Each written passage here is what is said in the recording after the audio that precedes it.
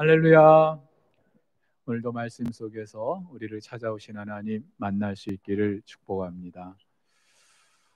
올해는 코로나 때문에 전면 폐쇄가 됐습니다마는 새해가 되면 많은 사람들이 전국 명소에서 해돋이를 구경하려고 합니다. 평상시와는 다르게 한 해를 시작하는 해돋이이기에 그것을 직접 눈으로 확인한다는 것, 남다른 감동도 또 의미도 있을 거예요. 그런데 대부분 그렇게 새해 첫날 해돋이를 구경하려는 진짜 이유가 있죠. 떠오르는 그 태양을 향해서 복을 빌고 싶은 거예요. 여러분, 왜 그럴까요? 그만큼 복이 절실하기 때문이죠. 너무나 필요하기 때문에. 요즘 같은 코로나 상황이면 더 그럴 거예요. 자, 그렇다면 도대체 그 태양을 향해서 빌고 있는 그 복의 실체는 무엇일까요? 중국에 가면은 상정 간판에 쇠금자 세 개가 모여 있는 글자를 자주 볼 수 있습니다.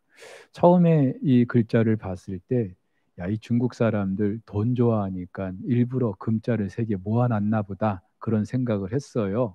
그런데 나중에 확인해 보니까 한자에 이런 글자가 있더라고요. 기쁠 흠자라고 합니다. 중국어로는 쉰이라고 하는데 한자로는 흠자예요. 여러분, 나무 목자 두 개면은 수풀림이죠. 세 개면은 빽빽할 삼자가 됩니다. 또 불화자도 두 개가 있으면 불탈 염자가 되고요. 세 개가 모여 있으면 불꽃 혁자가 됩니다. 아, 나무나 불은요, 많이 있어도 그 의미는 달라지지 않아요. 근데 왜 유난히 이 쇠금자 세 개 모여 있으면 기쁠 흠자가 될까요? 금이 많으면 그만큼 좋은 거죠. 기쁜 거예요. 여러분 그렇습니다. 누구나 복하면 떠오르는 것들이 있어요. 돈 많이 벌어서 부자 되는 거죠. 건강한 거예요. 오래 사는 거예요. 성공하고 출세하는 거고요. 또 자손들이 잘 되고 번창한 거예요. 우리 옛 어른들은 이것을 오복이라고 그렇게 말했습니다. 사실 누구라도 이 땅을 사는 사람들이라면 바라는 것들이죠. 그런데 여러분, 과연 이 모든 것들을 다 누리며 사는 사람들이 있을까요? 또 이 모든 걸 다 누리면 정말 그는 복받은 사람 맞습니까? 무엇보다 사람들이 이렇게 복받기를 바라는 것을 보면서 우리는 한 가지 분명한 결론을 내리게 됩니다. 우리는 복에 있어서 객체일 뿐이지 주체가 될 수 없다는 것. 다시 말해서 누군가 우리에게 복을 내려줘야지 그 복을 받을 수 있다는 사실입니다. 그런데 누가 복을 주는지 몰라요, 사람들이. 그래서 저마다 인위적으로 복 준다고 생각하는 신들을 만들어 놓거나 지목하여서 섬기고 있습니다. 여기서 우리는 복과 관련해서 두 번째 질문을 던질 수밖에 없어요. 누가 복을 줍니까? 누가 복을 줍니까? 떠오르는 태양이 복을 줍니까? 바다의 용왕신이 복을 줍니까? 여러분 성경은 여기에 대해서 어떻게 말하고 있어요? 아주 간단하게 분명하게 말하고 있죠. 복은 하나님이 주십니다. 믿습니까? 모든 복은 하나님이 주셔요. 그리고 하나님이 정말 우리에게 주고자 하시는 복은요. 지난 송구영신 예배 때도 말씀을 드렸어요. 하나님께서 우리와 함께 하시는 거예요. 우리와 특별한 관계 속에 들어가시는 거예요. 여러분, 그래서 하나님께서는 우리를 당신의 형상과 모양대로 지어 주신 거죠. 인간은 피조물에 불과합니다. 하지만 하나님은 창조주가 되시죠. 그렇다면 우리 피조물의 운명은요, 창조주와의 관계에 있다는 것. 이건 너무나 당연하지 않습니까? 사실 이 땅에서도 이 관계라는 것 너무나 중요하죠. 중국에 가면은 되는 일도 없고 안 되는 일도 없다. 그런 말이 있다고 합니다. 여러분, 중국의 일명 그 관시 문화, 관계 문화를 말하는 건데, 이 관시라는 것, 줄 또는 인맥 또는 백 그런 것들을 말하는 거죠. 그 사람의 줄이나 인맥이 없으면 될 일도 안 된다는 거예요. 그리고 그 인맥이 좋으면 안 될 일도 된다는 겁니다. 여러분, 사람들과의 관계도 그런데 하물며 창조주 하나님과의 관계는 오죽하겠습니까? 그런데 그 좋던 하나님과의 관계가 인간의 타락으로 깨져버립니다. 아담과 하와가 에덴에서 쫓겨납니다. 여러분, 인간의 운명은 창조주 하나님과의 관계에 있는데 그 하나님과의 관계가 깨져버렸어요. 무슨 소망이 있겠습니까? 사람들이 그토록 복을 바라는 이유도 그 관계가 깨져버렸기 때문이죠.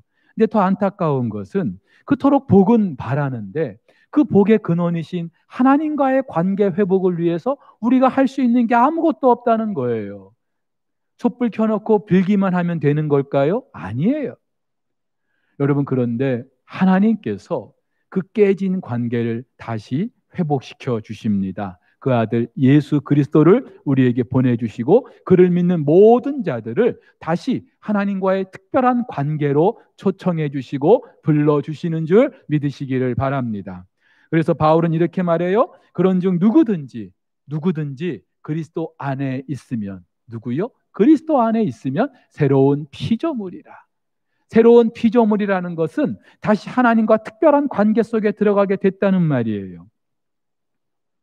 여러분, 이걸 상징적으로 보여주는 게 이스라엘 백성들입니다.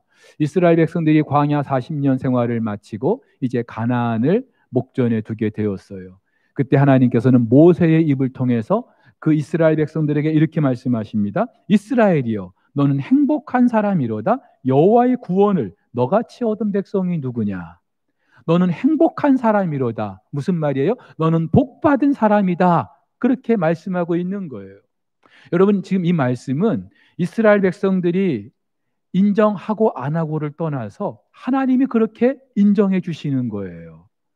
이스라엘 백성들이 볼 때는 행복하지 않을 수도 있어요. 근데 하나님께서 너희는 이미 복받은 사람들이다. 왜요? 하나님의 구원을 경험했기 때문에, 하나님의 특별한 그런 관계 속에 들어갔기 때문이에요.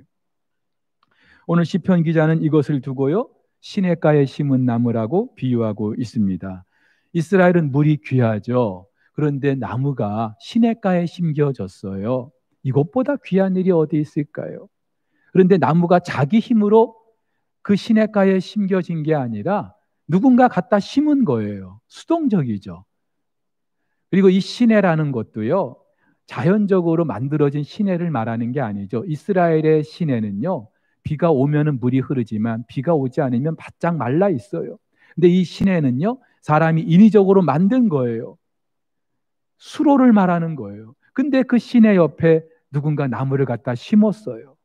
여러분, 이것만큼 좋은 게 어디 있을까요? 그래서 오늘 성경은 그 시냇가에 심긴 나무의 운명을 이렇게 말해요. 그는 시냇가에 심은 나무가 철을 따라 열매를 맺으며 그 잎사귀가 마르지 아니함 같으니 그가 하는 모든 일이 다 형통하리로다. 그렇죠? 그 나무의 운명이 그렇다는 거예요. 마치 에덴 동산에 있었을 때의 그 형편과 같다는 거죠. 사랑하는 우리 성도 여러분, 예수 그리스도를 통하여 하나님과의 특별한 관계 속에 들어간 저와 여러분들이 바로 이 시냇가에 심은 나무와 같은 줄 믿으시기를 바랍니다. 우리는 이미 복을 받은 사람들인 줄 믿으시기를 바랍니다. 이것이 얼마나 귀하고 놀라운 것인지 우리 바울은요, 그 차디찬 감옥에서도 이렇게 찬양하고 노래합니다. 찬송하리로다. 하나님 곧 우리 주 예수 그리스도의 아버지께서 그리스도 안에서 하늘에 속한 모든 신령한 복을 우리에게 주셨다. 주실 거라는 게 아니에요. 주셨다고. 완료 시제예요. 무엇을요? 하늘에 속한 모든 신령한 복을요. 누구를 통해서요? 그리스도 안에서. 사랑하는 성도 여러분, 저와 여러분들이 그런 사람들이에요. 그래서 시냇가에 심은 나무로 비유하고 있는 겁니다. 근데 상대적으로 이 복을 누리지 못하는 사람들이 있어요. 그래서 그들은 바람에 나는 겨, 쭉정이와 같은 거예요. 어떻게 됩니까? 당연히 심판 때, 추수 때 불에 타 버리겠죠. 의인들의 모임에 들지 못한다고 합니다. 여러분, 이스라엘 백성들에게 있어서 그네들의 그 회중, 공동체에 들지 못한다는 건 한마디로 저주예요. 저주. 그들이 겪게 될 영원한 운명을 지금 이렇게 말씀하시는 거죠. 실제로 예수님께서도 바깥 어두운데 쫓겨나서 슬피 울며 이를 갈게 될 것이라고도 말씀하셨어요. 여러분, 그렇다면은 시냇가에 심은 나무인 저와 여러분, 이미 복을 받은 저와 여러분, 더 이상 우리의 관심이 어떻게 하면 복을 받을 수 있을까? 여기에 있을 수 없습니다. 이미 우리는 복을 받았어요. 시냇가에 심은 나무가 어떻게 살아야 되는가? 여기에 저와 여러분들의 관심이 집중돼야 하는 줄로 믿습니다. 오늘 시편 1편이 그것을 말해주고 있어요. 여러분, 시편은 형식적으로는 시가서입니다만은 그 내용적으로 볼 때는 지혜서에 속한 성경이죠. 지혜서라고 하는 것은 어떻게 살아가는 삶이, 인생이 정말 지혜로운가, 이걸 말해주는 거예요. 그렇다고 시중에 널린 처세술을 다룬 책은 절대 아닙니다. 여러분, 오늘 본문은요, 오늘 성경은요, 그 어디서도 우리가 어떻게 하면 복을 받을 수 있을까? 그 복을 받을 수 있는 조건을 말하고 있지 않습니다. 왜냐하면 이미 우리는 복을 받았기 때문에, 그러면서 복받은 그들은 어떻게 사는지 다르게 산다는 것을 말해주고 있는 것이 시편 1편이에요. 그게 무엇입니까? 소극적으로는요, 그들은 악인들의 꾀를 따르지 않는데요, 죄인들의 길에 서지 않는데요, 오만한 자의 자리에 앉지 않는데요. 여러분, 왜 오늘 성경은요, 복 있는 사람들은 이렇게 삽니다 라고 말하면서 악인들의 꾀를 따르지 않고 죄인들의 길에 서지 않고 오만한 자의 자리에 앉지 않는다는 것을 먼저 언급하고 있습니까? 많은 사람들이 이렇게 살고 있기 때문에 복 받으려고, 심지어 의인들도, 시냇가에 심겨진 나무들도 이렇게 살고 있기 때문에. 왜 그렇게 살아요? 시편의 다른 장에서 아삽이라는 사람이 이렇게 노래합니다. 나는 거의 넘어질 뻔하였고 나의 걸음이 미끄러질 뻔하였으니 이는 내가 악인의 형통함을 보고 오만한 자를 질투하였음이로다. 그들은 죽을 때에도 고통이었고 그 힘이 강건하며 사람들이 당하는 고난이 그들에게는 없고 사람들이 당하는 재앙도 그들에게는 없나니. 여기서 말하는 악인은 오늘 1절에서 말하고 있는 악인, 죄인, 오만한 자를 말합니다. 그렇죠. 이런 사람들 적어도 성경대로라면은 멸망을 받아야 마땅하겠죠. 그네들의 사업은 망해야 되고요. 그네들의 가정은 파탄이 나야 마땅하겠죠. 그야말로 바람에 나는 겨와 같아야 돼요. 반면에 여호와의 율법을 의지하고 기뻐하고 묵상하는 사람들은 어떻게 돼야 돼요? 형통해야 돼요. 근데 현실은 그렇지 않은 거예요. 전혀 그렇지 않은 거예요. 오히려 악인의 삶이 더 형통한 것처럼 보이는 거예요. 그래서 지금 시인이 실족한 거예요. 여러분, 우리도 그렇지 않아요? 정직하게 소득세를 신고했는데 탈세한 기업들보다 경제적으로 더 큰 손실을 입을 수 있어요. 검은 뒷거래 잘못된 것인 줄 알고 정직하게 하도급 신청했는데 결과는 그렇지 않을 수 있어요. 지금 우리 사회는요, 정직해서는 성공할 수 없다고 다들 그렇게 믿고 있어요. 죽은 정직의 사회인 거예요. 오죽하면 영화에서도 정의, 그런 달달한 것이 아직 남아있나? 라고 그렇게 말할 정도예요. 그래서 그런 덕목은요, 그야말로 교실 안에서나 예배당 안에서나 서로 주고받을 수 있는 이야기쯤으로 그렇게 생각되고 있습니다. 그러면서 우리는 고민하죠. 흔들립니다. 과연 이렇게 살면은 우리가 복 받을 수 있을까? 그러면서 형통한 악인들의 삶을 넘보기 시작합니다. 그들과 어울리기 시작합니다. 오늘 1절에서 악인의 꾀를 따른다라고 하는 것은요, 그 길을 걷는 거예요. 생각을 품은 거예요. 그런데 어느 순간 그 죄인들의 길에 서버려요. 이 선다는 것은 구체적인 어떤 행위를 하게 되는 거예요. 근데 여기서 끝나는 게 아니라 오만한 자의 자리에 앉게 돼요. 아예 그것이 삶이 되고 습관이 되고 생활이 돼 버리는 거예요. 여러분, 죄인들의 삶을 말하는 게 아니에요. 의인들이 이렇게 살아간다. 왜요? 그들 역시 악인들의 형통을 원했기 때문에, 그것이 좋아 보였기 때문에, 그렇게 살아야 이 땅에서 돈도 벌고 또 나름 출세도 하고 성공하는 것처럼 생각했기 때문에. 물론 우리 그리스도인들도 이 땅을 살고 있기에 필요한 일입니다. 하나님께서 주셔야 될 일이기도 하고요. 하나님도 다 알고 계십니다. 우리에게 돈 필요한 거 알고 계셔요. 그리고 하나님은 우리에게 주기도 하셔요. 그런데 여러분, 한 가지 명심할 게 있어요. 우리가 이 땅에서 바라는 그 복은 하나님이 정말 우리에게 주고자 하시는 그 복에 비하면은요, 음식의 에피타이저 같은 거예요. 전체 요리 같은 거예요. 이제 메인 음식이 준비되어 있는데 그 메인 음식이 나오기 전에 맛보기 정도로. 하나님은 우리를 위해서 특별한 메인 음식을 준비하고 계시는데 많은 사람들은요, 그저 이 땅의 그 에피타이저만 만족해하고 그것을 목매고 있다는 거예요. 하나님이 준비하신 메인 음식, 그게 뭐예요? 바로 바울이 말한 것처럼 하늘에 속한 모든 신령한 복인 줄로 믿습니다. 근데 이렇게 이야기해도 별로 감동이 없어요. 그래도 땅에 기름진 복이 좋다고 그렇게 우리는 생각해요. 왠지 아세요? 이 땅에서는 하늘에 속한 그 신령한 복이 뭔지 잘 모르기 때문에 그래요. 그래서 나는 이미 복받은 사람인데, 시냇가에 심겨진 나무인데 자꾸만 바람에 나는 겨처럼 그렇게 살려고 하는 거예요. 어떻게 해야 될까요? 당연히 내가 누구인지 알려고 해야 되겠죠. 내가 복받은 사람이라면, 시냇가에 심겨진 나무라면은 도대체 나를 위해서 예비하신 그 하늘에 속한 모든 신령한 복, 그게 뭔지 알려고 해야 되겠죠. 근데 이게 내 힘으로 가능하지 않아요. 성령께서 우리의 눈을 열어주셔야만이 볼 수 있는 것들이에요. 그래서 바울도 에베소 교회를 향하여 이렇게 기도합니다. 우리 주 예수 그리스도의 하나님 영광의 아버지께서 지혜와 계시의 영을 너희에게 주사 하나님을 알게 하시고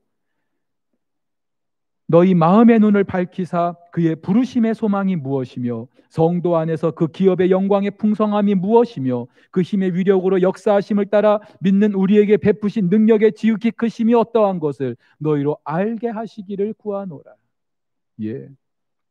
지금 바울이 말하는 부르심의 소망, 기업의 영광, 그리고 그 능력의 지극히 크심, 이 모든 것은요, 하나님이 예비해 놓으신 그 하늘에 속한 모든 신령한 복에 포함된 것들이에요. 근데 그거를 이 육신의 눈으로는 잘 몰라요. 그래서 하나님께서 그것을 볼 수 있는 눈을 열어달라고 기도하고 있는 거예요. 여러분, 그렇다면 저와 여러분들도 하나님, 내 눈을 열어서 그 복을 볼 수 있게 해달라고 기도해야 되는 줄로 믿습니다. 복 달라고만 그렇게 기도할 게 아니라 이미 복을 받았으면, 이미 우리에게 복을 주셨으면 그 복이 무엇인지 알 수 있게 해달라고 기도해야 될 줄로 믿습니다. 아울러서요, 오늘 2절 말씀처럼 여호와의 율법을 즐거워하고 주야로 묵상하는 거예요. 여러분 명심하세요. 여호와의 율법을 즐거워해야, 묵상해야 복을 받는 게 아니에요. 이미 우리는 복을 받았어요. 근데 그 복이 무엇인지 알기 위해서는요, 여호와의 율법을 묵상하는 거예요. 그 율법을 즐겨하러 묵상하는 거예요. 왜냐하면은 이 복이 무엇인지 하나님이 알려주셔야 되기 때문이죠. 제가 앞서서 아삽이라는 사람의 그 시를 소개했는데, 예, 처음에는 그렇게 실족했어요. 하나님, 도대체 이럴 수 있습니까? 어떻게 의인들보다 악인이 더 형통할 수 있습니까? 그런데 시인은요, 그렇게 실족한 상태에 오래 빠져 있질 않아요. 어느 순간에 다시 회복을 합니다. 극복을 합니다. 그때가 언제예요? 성경에 이렇게 말하고 있어요. 하나님의 성소에 들어갈 때에야 그들의 종말을 내가 깨달았나이다. 성소에 들어갈 때에야 그들의 종말, 악인들의 종말을 알게 됐다, 이 말이에요. 성소는 어디예요? 하나님이 계신 성전이죠. 그곳에서 이 시인은요, 하나님을 만난 거예요. 하나님의 율법책이 있잖아요. 성소에 그 율법책을 통하여서 하나님이 어떤 분인지 알게 된 거예요. 그러면서 실족했던 그 상태에서 다시 회복하고 있는 거예요. 여기서 시인의 놀라운 그런 탁월함이 드러나고 있습니다. 우리는요, 이렇게 한번 실족해 버리면은요, 불만과 불평을 입에 달고 살아요. 하소연하면서 살아가요. 세상이 왜 이래 하면서 우리 그리스도인들도 그렇게 실족하며 살 때가 많이 있어요. 그런데 이 시인은요, 그 불만과 불평 속에만 파묻혀 있었던 게 아니라 그 문제를 가지고 하나님께로 직접 나아갑니다. 하나님, 도대체 어떻게 된 겁니까? 말씀해 주십시오. 하나님께 답을 구하고 있는 거예요. 사랑하는 성도 여러분, 우리 그리스도인들이 신앙생활하면서 종종 이렇게 쓰러지고 넘어지고, 예? 신앙생활 실패하는 이유는요, 현실 때문이 아니고요, 상황 때문이 아니고요, 하나님이 어떤 분인지 모르기 때문에, 하나님께 대한 지식이 없기 때문에 그런 거예요. 그렇다면은 자꾸만 하나님께 여쭤야죠. 알려고 해야 되겠죠. 제가 부교육자 시절에 한 번은 교육자 사이에서 좀 부당한 일을 겪은 일이 있습니다. 너무 억울했고요. 화도 났고요. 하지만 저보다 선배 목사님이기에 따지지도 못하고 그저 속으로만 끙끙 앓고 있었어요. 매일 얼굴을 봐야 되는데 너무나 고역인 거예요. 근데 어느 날 베드로전서를 묵상하는데 이런 구절을 읽게 됐어요. 부당하게 고난을 받아도 하나님을 생각함으로 슬픔을 참으면 이는 아름다운 것이다. 하나님을 생각하라고 하셔요. 예수님도 부당하게 고난을 받으셨다고요. 그러나 참고 견디셨다고요. 그것이 아름다운 것이라고요. 이 말씀을 묵상하고 기도하는데 하나님이 제 안에 평강을 주시는 거예요. 상황은 그대로예요. 현실은 그대로예요. 그런데 그 말씀을 묵상하고 나니까 하나님이 어떤 분인지 알게 되니까, 왜 나에게 이런 시간을 주셨는지 알게 되니까 제 마음에 평강이 생긴 거예요. 여러분, 이것이 묵상의 힘 아니겠습니까? 바람에 나는 겨 쭉정이 같은 인생이 무엇을 기쁨으로 삼습니까? 그 악인들의 생각을 품는 것, 죄인들의 길에 서 보는 것, 오만한 자의 자리에 앉는 것, 이것이 그들에게는 기쁨이 될 수 있어요.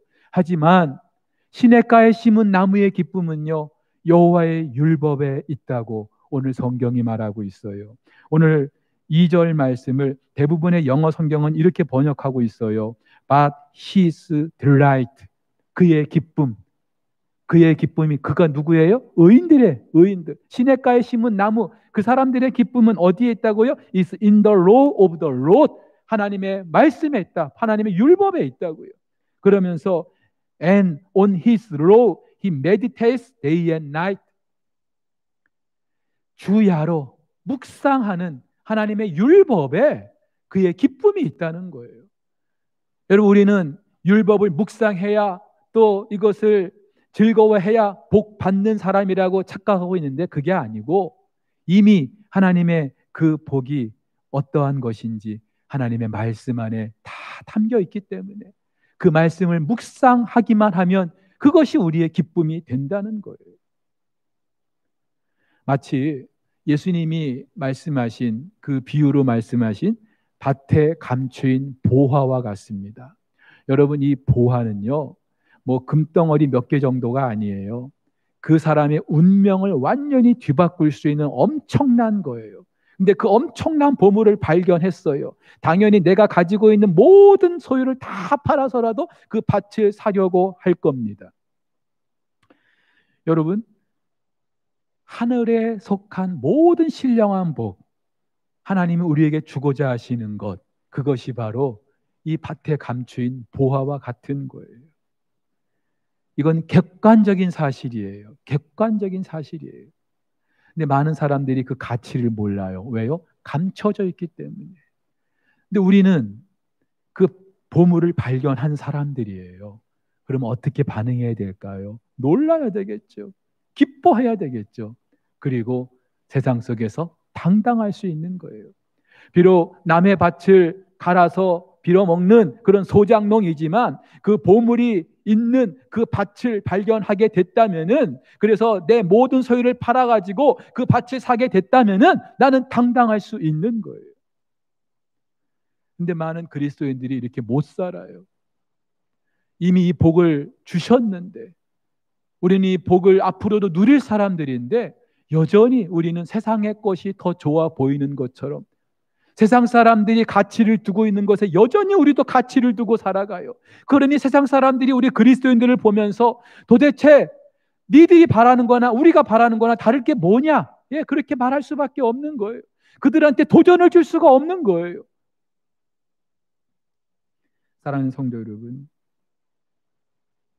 그렇다면은 저와 여러분들은요, 밭에 감추인 그 보화가 무엇인지 매일매일 들여다봐야 돼요. 확인해야 돼요. 하나님이 우리에게 주신 그 하늘에 속한 신령한 복이 무엇인지 자꾸만 알려고 해야 돼요.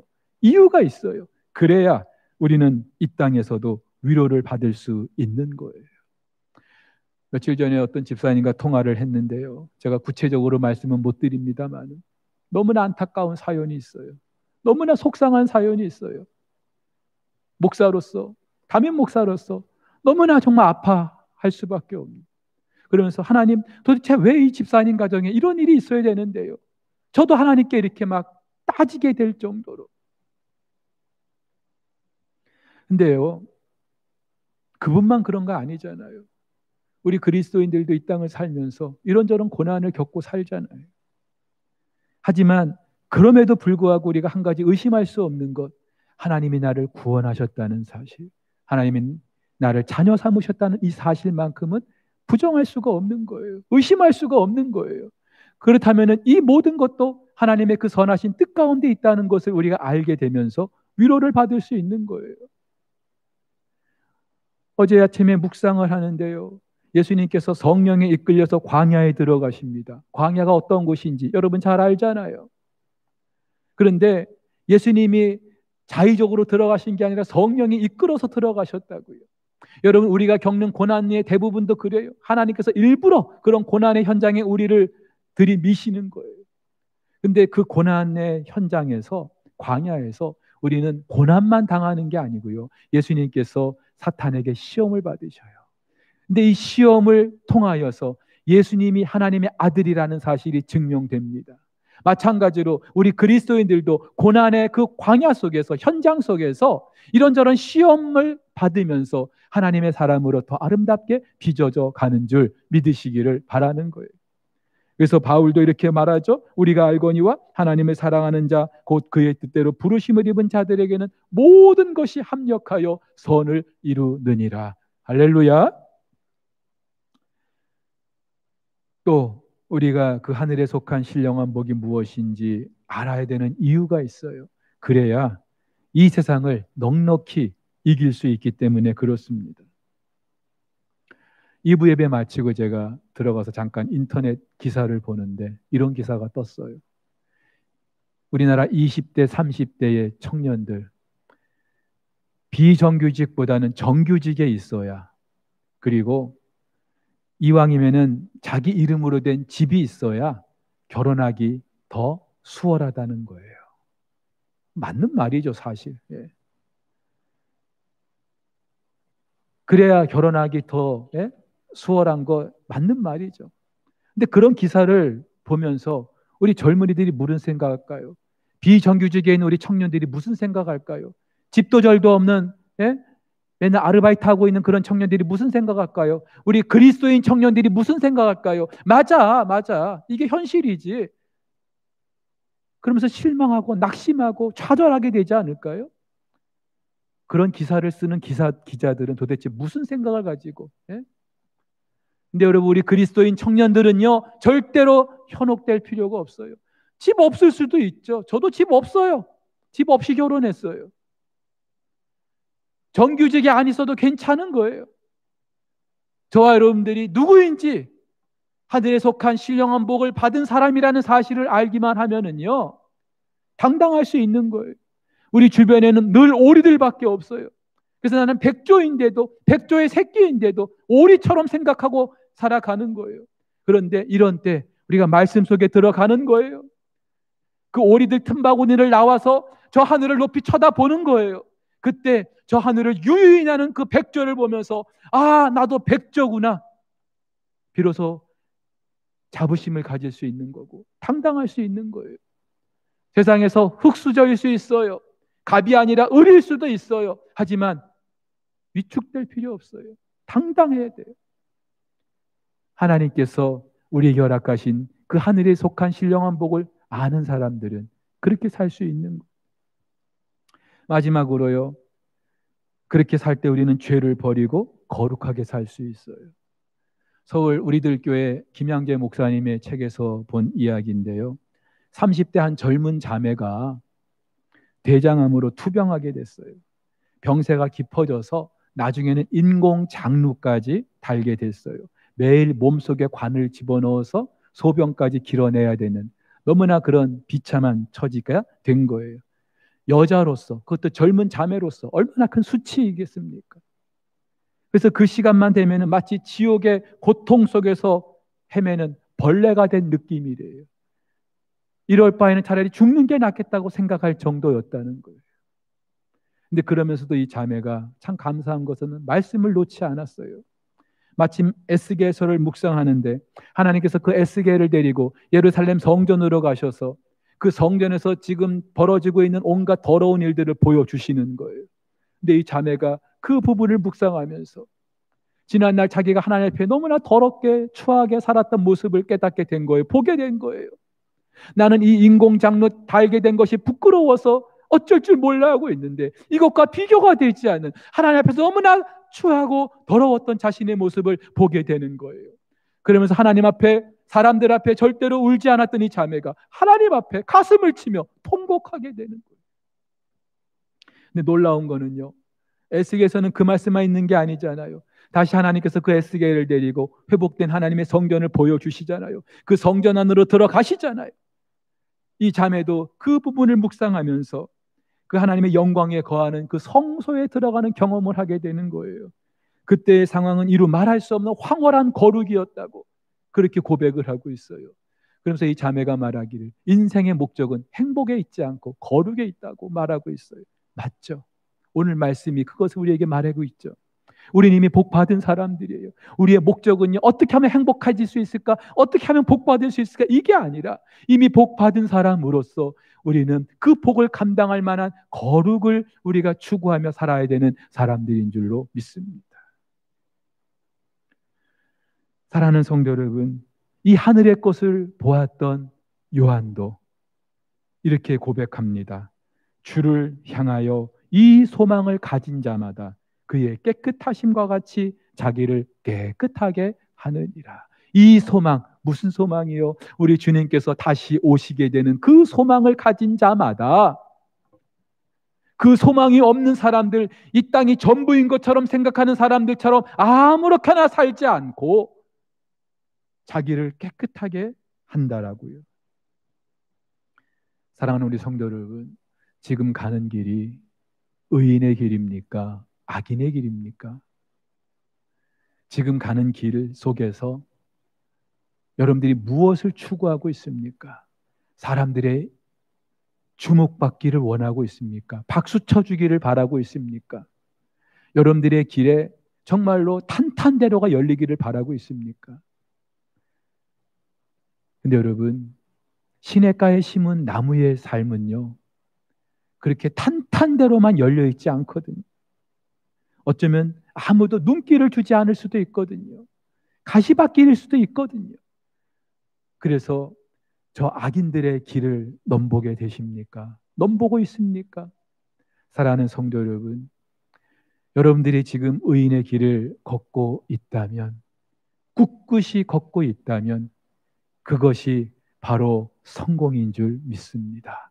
이제 이 길의 목적지가 각각 다르게 나타나게 될 것이기 때문이에요. 오늘 시편은 이렇게 마무리하고 있어요. 무릇 의인들의 길은 여호와께서 인정하시나. 여기서 인정하다는 말은 히브리어로 야다, 하나님이 알고 계시다 이 말이에요. 의인들의 길, 힘들고 어려운 길, 가시밭길, 그래서 악인의 길을 넘보고 싶은 이 길, 그런데 이 길을 하나님이 알고 계시다고요. 그러면서 악인들의 길은 어떻게 해요? 망하리로다. 이 망하다 역시 히브리어로 아바드라고 사라져버리는 거예요. 날려버리는 거예요. 아무것도 아닌 것처럼 되는 거죠. 바람에 나는 겨 같은 거예요. 올 한 해도 세상 속에서 이미 복받은 사람으로서 시냇가에 심겨진 나무로서 그렇게 거룩한 자부심을 가지고 승리할 수 있기를 주의 이름으로 축복합니다.